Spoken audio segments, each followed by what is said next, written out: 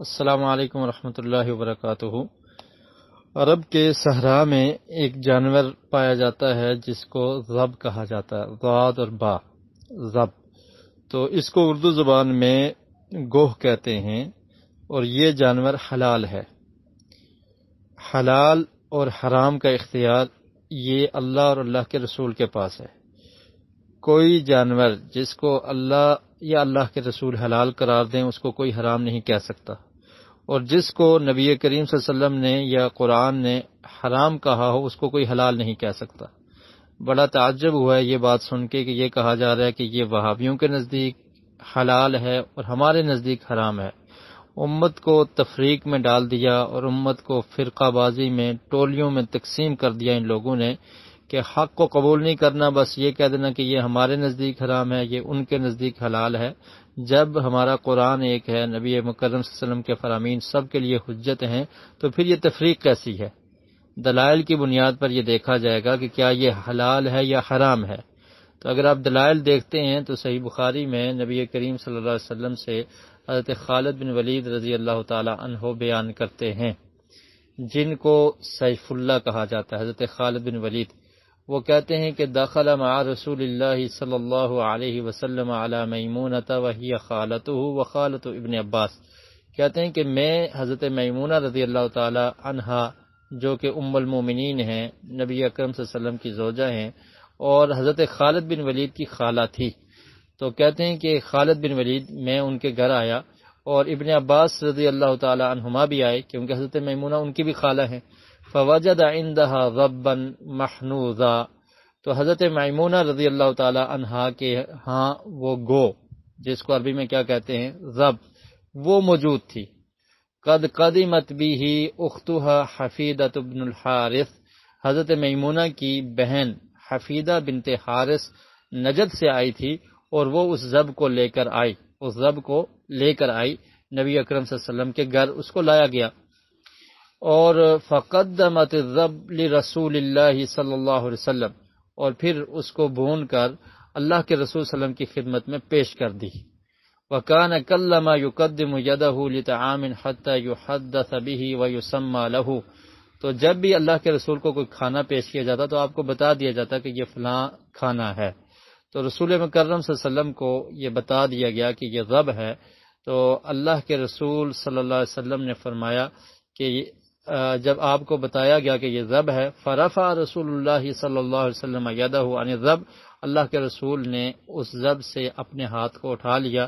تو خالد بن ولید رضی اللہ تعالیٰ عنہ جو اس وقت موجود تھے، اس دسترخوان پہ بیٹھے ہوئے تھے اللہ کے رسول کے ساتھ، تو آپ نے پوچھا احرام الذب یا رسول اللہ، کہ اللہ کے رسول کیا یہ ذب، یہ گو حرام ہے؟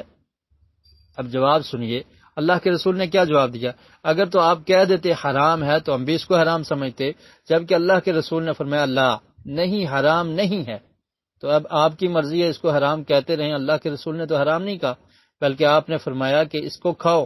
فرمایا وَلَكِن لَمْ يَكُنْ بِأَرْضِ قَوْمِي، کہ میں اس لیے نہیں کھاتا کہ یہ میری زمین پر، یعنی مکہ میں اس کا وجود نہیں تھا، کیونکہ مکہ کی زمین پہاڑی زمین تھی، وہاں پر ذب نہیں ہوتی تھی، صحرا میں یہ پائی جاتی ہے۔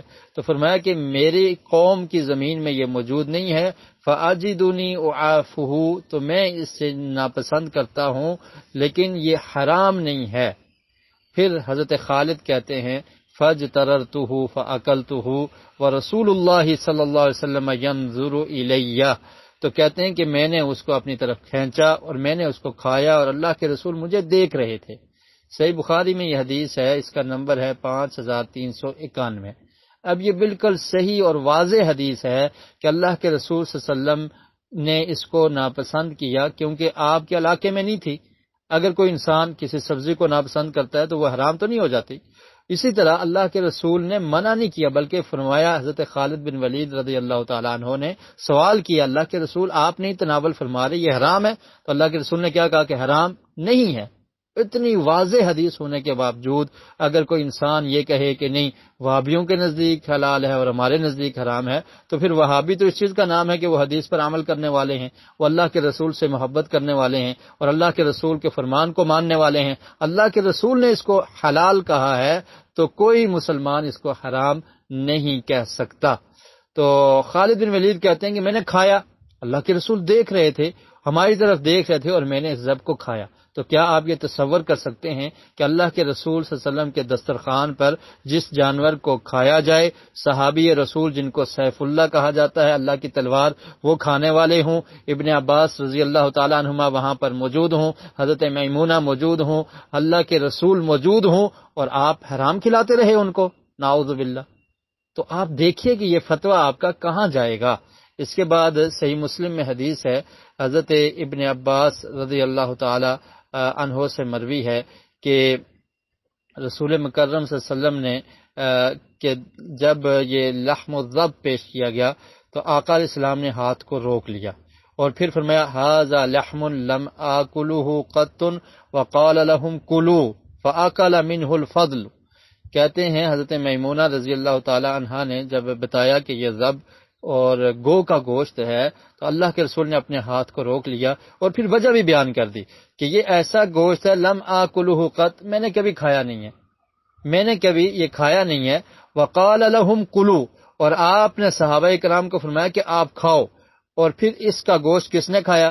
فَأَكَلَ مِنْهُ الْفَضْلُ، حضرت فضل رضی اللہ تعالیٰ عنہ نے، خالد بن ولید رضی اللہ تعالیٰ عنہ نے، وَالْمَرْأَةُ، اور وہ عورت، اس نے وہ جو صحابیہ تھی انہوں نے بھی اس گوشت کو کھایا، یعنی حضرت میمونہ کی جو بہن تھی تو انہوں نے بھی کھایا۔ تو یہ اس سے بھی یہ ثابت ہوتا ہے کہ صحابہ کرام اس کے گوشت کو کھایا کرتے تھے۔ اور اسی طرح مسند احمد میں روایت ہے، ابن عباس رضی اللہ تعالی عنہ کے پاس اس کا ذکر کیا گیا الذب کا، فقال رجل من جلسائه اتي به رسول اللہ صلی اللہ علیہ وسلم فلم يحله ولم يحرمه۔ تو اللہ کے رسول صلی اللہ علیہ وسلم کی مجلس میں ایک شخص نے یہ بات ذکر کی کہ اللہ کے رسول کی مجلس میں یہ لائی گئی یہ ذب، تو آپ نے اس کو نہ حرام کہا نہ حلال کہا۔ تو ابن عباس کیا فرماتے ہیں؟ فرماتے ہیں بئس ما تقولون انما بعث رسول اللہ صلی اللہ علیہ وسلم محلا ومحرما، کہ بری بات تم نے کہی ہے، بلکہ اللہ کے رسول کو اللہ نے اس لیے بھیجا ہے کہ وہ حلال کو حلال قرار دیں اور حرام کو حرام قرار دیں۔ اور پھر بیان کرتے ہیں کہ جاءت ام حفید بنت الحارث تزور اختها میمونہ بنت الحارث ومعها طعام فیہ لحم ذب۔ کہتے ہیں کہ حضرت میمونہ کی بہن جن کا نام ام حفید تھا، یہ حضرت میمونہ کے پاس مہمان آئی اور ان کے پاس کھانا تھا جس میں ذب کا، گو کا گوشت تھا، سانڈے کا گوشت تھا۔ فجاء رسول اللہ صلی اللہ علیہ وسلم، تو اللہ کے رسول صلی اللہ علیہ وسلم کے قریب کیا گیا تو آپ نے فرمایا ان فیہ لحم ذب فکف یدہ، جب آپ کو بتایا گیا کہ اس میں ذب کا گوشت ہے تو آپ نے اپنے ہاتھ کو روک لیا۔ فاکل من عندہ، تو جو لوگ اس وقت موجود تھے، ام حفید، ابن عباس، خالد بن ولید رضی اللہ تعالی عنہم اجمعین، تو انہوں نے اس گوشت کو کھایا۔ تو ابن عباس فرماتے ہیں، ابن عباس کا فتویٰ سن لیجئے، وَلَوْ كَانَ حَرَامًا نَهَاهُمْ عَنْهُ، اگر یہ حرام ہوتا تو اللہ کے رسول صحابہ اکرام کو کھانے کا نہ حکم دیتے بلکہ ان کو روک دیتے۔ تو کیا آپ یہ تصور کر سکتے ہیں کہ اللہ کے رسول صلی اللہ علیہ وسلم نے اپنے دسترخوان پر صحابہ کو بٹھا کر یہ حرام کھلا دیا؟ نعوذ باللہ۔ تو یہ حلال ہے، اس کو حرام کہنا یہ قطعاً درست نہیں ہے۔ اللہ کے رسول نے وضاحت بھی کر دی، فرمایا لیس بارضنا ونحن نعافہ، کہ یہ ہماری زمین پہ نہیں پایا جاتا تو اس لیے میں اس کو پسند نہیں کرتا۔ اور شارحین نے اس کی شرح میں یہ لکھا ہے کہ نبی اکرم صلی اللہ علیہ وسلم اس کو اس لیے نہیں کھاتے تھے کہ آپ کی سرزمین پہ یہ نہیں تھا تو آپ کی طبیعت اس کو نہیں چاہتی تھی، لیکن اگر کسی انسان کی طبیعت کسی چیز کو کھانے کو دل نہیں کرتا تو وہ یہ کہہ دے کہ یہ حرام ہے تو یہ بہت بڑا جرم ہے، ایسا کہنا یہ درست نہیں ہے۔ اور پھر دیکھیے آقا علیہ السلام تھوم نہیں کھایا کرتے تھے، کیوں؟ آپ نے فرمایا کہ میرے پاس فرشتے آتے ہیں اور ان کو اس کی سمیل محسوس ہوگی، تو آپ تھوم نہیں کھاتے تھے۔ کوئی بھی تھوم کو حرام نہیں کہتا، کوئی کہتا ہے کہ تھوم حرام ہے۔ اور اسی طرح نبی کریم صلی اللہ علیہ وسلم نے، شارحین نے عون المعبود میں اور تحفۃ الحافظی میں یہ بات نقل ہے کہ نبی اکرم صلی اللہ علیہ وسلم گو کو بھی اسی لیے ناپسند کرتے تھے کہ اس میں سے بھی یہ سمیل ہے جس کی وجہ سے آقا علیہ السلام کے پاس فرشتوں کا نزول ہوتا تھا، وحی آتی تھی، تو اس لیے اللہ کے رسول صلی اللہ علیہ وسلم اس کو نہیں کھاتے تھے۔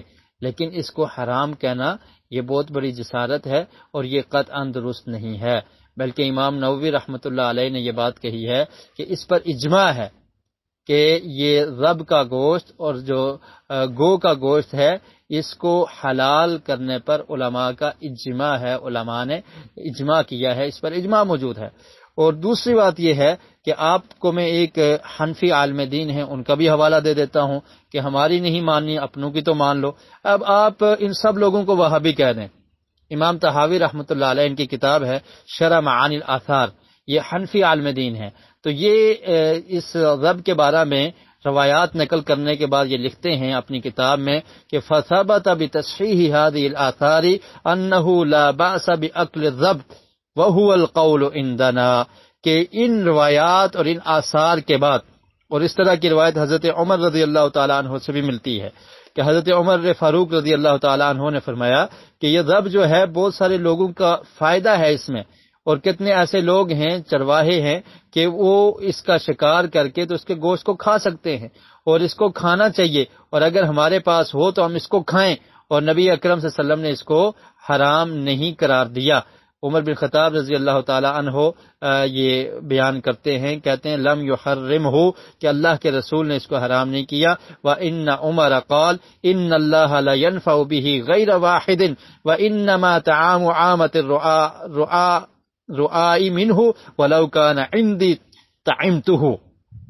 فرماتے ہیں حضرت عمر فاروق رضی اللہ تعالیٰ عنہ، اور یہ مسلم میں یہ روایت موجود ہے کہ نبی کریم صلی اللہ علیہ وسلم نے اس کو حرام نہیں قرار دیا، اور اس میں بہت سارے لوگوں کا فائدہ ہے۔ وَلَوْ كَانَ عِنْدِي طَعِمْتُهُ، اور اگر میرے پاس ہوتا تو میں اس کو کھا لیتا۔ تو اب آپ دیکھیں کہ صحابہ کرام کی ایک جماعت، حضرت عمر فاروق رضی اللہ تعالیٰ عنہ، حضرت جابر بن عبداللہ رضی اللہ تعالیٰ عنہ سے روایت ملتی ہے، اور اسی طرح ابو سعید خدری رضی اللہ تعالیٰ عنہ سے، ابن عباس رضی اللہ تعالیٰ عنہ سے، اور ثابت بن ودیع اور جابر اور عبد الرحمن بن حسنہ اور دیگر سے اس طرح کی روایات ملتی ہیں کہ انہوں نے اس کو جائز قرار دیا ہے۔ تو کیا یہ تمام کے تمام یہ لوگ، ان کو بھی آپ کہہ دیں کہ یہ وہابی تھے، ان کے لیے حلال ہے؟ تو جو بھی بات حق کو ماننا ہو تو اس کو اس طرح سے پیش کر دینا حق کو کہ تاکہ لوگ اس سے متنفر ہو جائیں، اور یہ کہہ دیا جائے کہ یہ وہابی اس کو حلال سمجھتے ہیں۔ نبی کریم صلی اللہ علیہ وسلم نے اس کو حلال سمجھا، ابن عباس رضی اللہ تعالیٰ عنہما نے اس کو حلال سمجھا، خالد بن ولید رضی اللہ تعالیٰ عنہ نے اس کو حلال سمجھا، حضرت عمر فاروق رضی اللہ تعالیٰ عنہ نے اس کو حلال سمجھا۔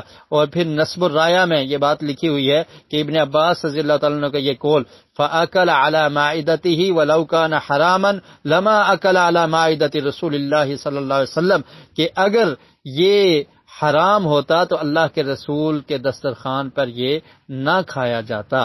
تو یہ اس بات کا ثبوت ہے کہ اللہ کے رسول صلی اللہ علیہ وسلم کے دسترخوان پہ یہ چیز کھائی گئی ہے، اور اللہ کے رسول صلی اللہ علیہ وسلم نے اس سے منع نہیں کیا، اور اللہ کے رسول نے یہ حکم بھی دیا کہ تم کھاؤ، اور صحابہ کرام نے آپ کے سامنے کھایا۔ خالد بن ولید کہتے ہیں فَاجْتَرَرْتُهُ فَأَكَلْتُ، کہ میں نے اس کو کھینچ کے کھایا اور اللہ کے رسول میری طرف دیکھ رہے تھے۔ تو اس سے واضح اس کی حلت پر اور اس کے حلال ہونے پر اور کون سی دلیل آپ کو چاہیے؟ اور پھر آپ دیکھیے کہ امام طحاوی رحمۃ اللہ علیہ نے شرح معانی الاثار میں یہ لکھا ہے، اور یہ حنفی عالم دین ہے، کہتے ہیں کہ هذه الاثار بانه لا باس باكل الذب، کہ ان آثار اور ان روایات جو صحیح روایات ہیں ان سے یہ ثابت ہوتا ہے کہ گوشت، ذب کا گوشت کھانا، گو کا گوشت کھانا، اس میں کوئی حرج نہیں ہے۔ اب ہماری نہیں مانتے، ان کی مان لیں۔ تو یہ تمام کے تمام لوگ وہابی تھے۔ امام مالک رحمۃ اللہ علیہ سے یہ قول ملتا ہے کہ وہ بھی اس کو حلال کہتے ہیں، امام شافعی رحمۃ اللہ علیہ اس کو حلال کہتے ہیں، امام احمد بن حنبل اس کو حلال کہتے ہیں، امام طحاوی 321 ہجری میں ان کی وفات ہوتی ہے، تو یہ اس کو حلال کہتے ہیں حنفی ہونے کے باوجود۔ تو یہ تمام کے تمام ائمہ کرام وہابی تھے۔ صحابہ کرام جن کے حوالے میں نے پیش کیے ان کو بھی کہتے ہیں یہ وہابی تھے۔ یعنی عجیب بات ہے کہ کسی بات کو نہ ماننا ہو تو یہ کہہ دیں کہ یہ وہابی اس کو حلال سمجھتے ہیں۔ بھائی آپ دلائل دیکھیں کہ کس طرف دلائل مضبوط ہیں۔ نبی کریم صلی اللہ علیہ وسلم کو یہ اختیار ہے کہ وہ کسی چیز کو حلال یا حرام کہہ سکتے ہیں۔ جب آپ نے حرام نہیں کہا اور حلال اس کو شمار کیا ہے اور آپ کی موجودگی میں صحابہ کرام نے کھایا ہے، تو پھر کیسے اس کو آپ حرام کہتے ہیں؟